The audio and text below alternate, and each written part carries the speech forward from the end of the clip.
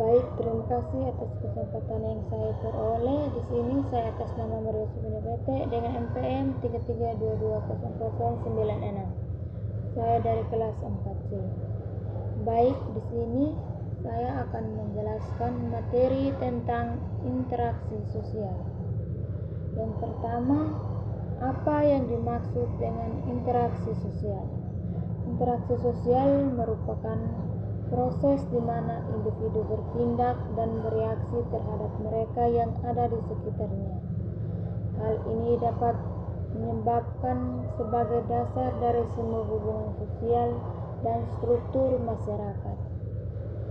Interaksi sosial dapat berupa komunikasi formal atau non-verbal, dan juga dapat melibatkan berbagai jenis hubungan seperti persahabatan, hubungan keluarga, hubungan kerja, dan hubungan asmara.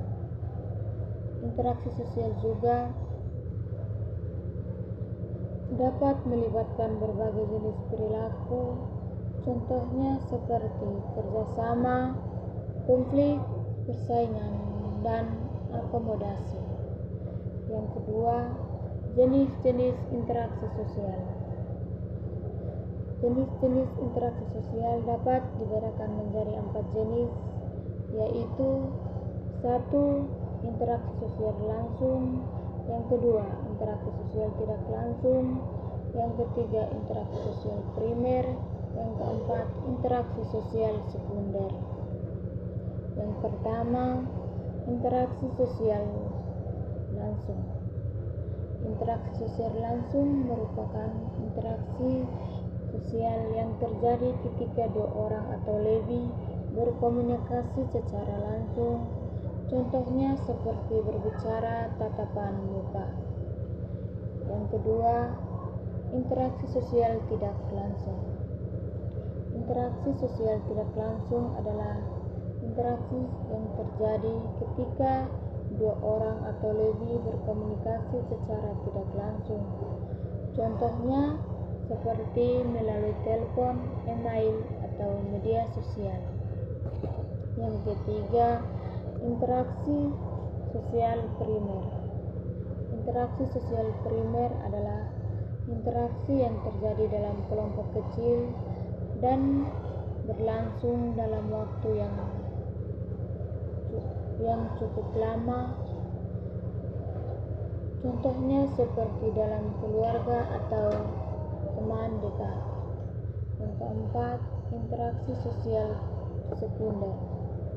Interaksi sosial sekunder adalah interaksi yang terjadi dalam kelompok besar dan berlangsung dalam waktu yang singkat, contohnya seperti dalam organisasi atau perusahaan.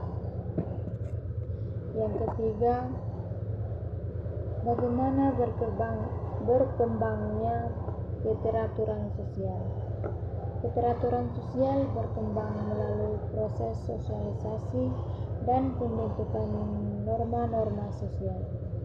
Sosialisasi merupakan proses di mana individu belajar melalui nilai, norma, dan budaya masyarakat tempat mereka tinggal. Norma-norma sosial adalah aturan atau standar perilaku yang diharapkan oleh masyarakat dan menjadi panduan bagi interaksi sosial.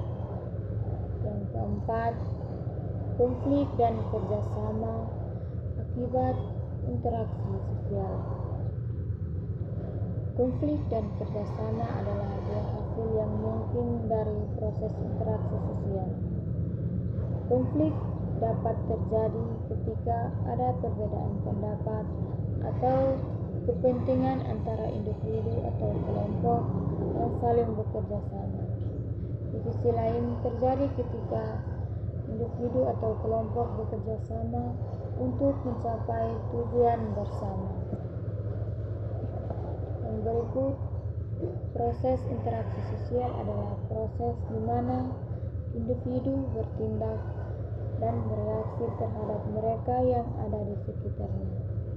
Dalam proses ini, konflik dan kerjasama adalah 2 dua hasil yang mungkin, dan konflik juga dapat terjadi ketika ada perbedaan pendapat, kepentingan atau tujuan antara individu dan kelompok.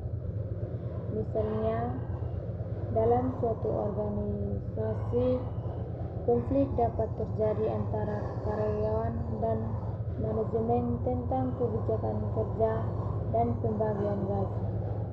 Di sisi lain, kerjasama dapat terjadi ketika individu dan kelompok bekerja sama untuk mencapai tujuan bersama. Contohnya seperti dalam suatu proyek kerjasama antara anggota kelompok dan meningkatkan aktivitas pekerjaan. Terima kasih.